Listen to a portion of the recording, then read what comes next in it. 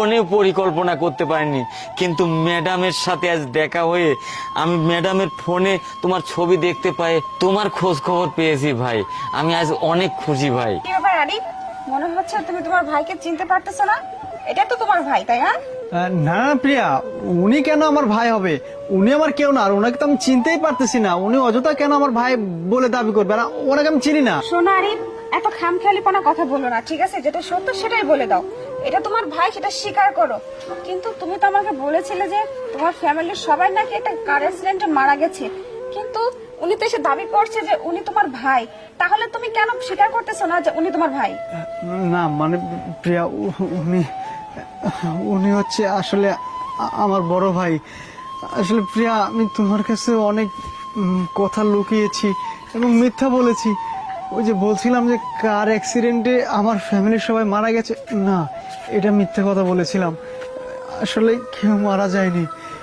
মানে তোমাকে ভালোবেসেছিলাম, তোমাকে কি করে নিজের করে নিব, কি করলে তুমি খুশি হবে, সেইটার জন্য যা যা বলা দরকার আমি তাই বলেছি।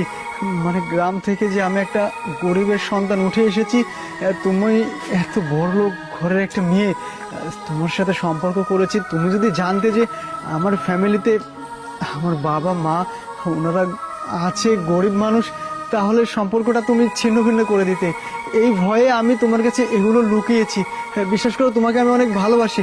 আমি চেয়েছিলাম যে আমি শহরে এসে এরকম একটা মেয়ের সাথে সম্পর্ক করে আমার জীবনটা একদম আলিশান ভাবে কাটিয়ে দেই। ঠিক তেমনই হয়েছে। কিন্তু আসলে কথায় আছে না, মিথ্যা কখনো চাপা থাকে না, কোনো একদিন ওটা বের হয়ে যায়। প্লিজ আমাকে ক্ষমা করে দাও, আমি অনেক বড় ভুল করে ফেলেছি। ভাইয়া প্লিজ আমাকে ক্ষমা করে দাও। শোনো আরিফ, তোমাকে একটা কথা বলি। তুমি একটা ভালো ছেলে, শিক্ষিত ছেলে, গরিব ঘরের ছেলে, অনেক কষ্ট করে আজকে এই পর্যন্ত আসছো। আমি তোমাকে দেখে ভালোবাসছিলাম, আমি তো তোমার ফ্যামিলির লোকজনকে দেখে ভালোবাসিনি, তাই না? যে তুমি তাদের কথা আমার কাছে লুকিয়ে গেছো, তুমি এটা মোটেও ঠিক করোনি। আর আমি কি কখনো বলছি যে তোমার ফ্যামিলির লোকজনকে আমি মেনে নিতে পারবো না? কিন্তু তুমি তো আমাকে উল্টোটা ভাবছো। তুমি ভাবছো আমি হয়তো তোমার ফ্যামিলির কথা জানতে পেরে তোমাকে ঘৃণা করব, কিন্তু না, আমি আসলে সবাইকে নিয়ে একসাথে থাকতে চাই, বাঁচতে চাই, ভালো থাকতে চাই।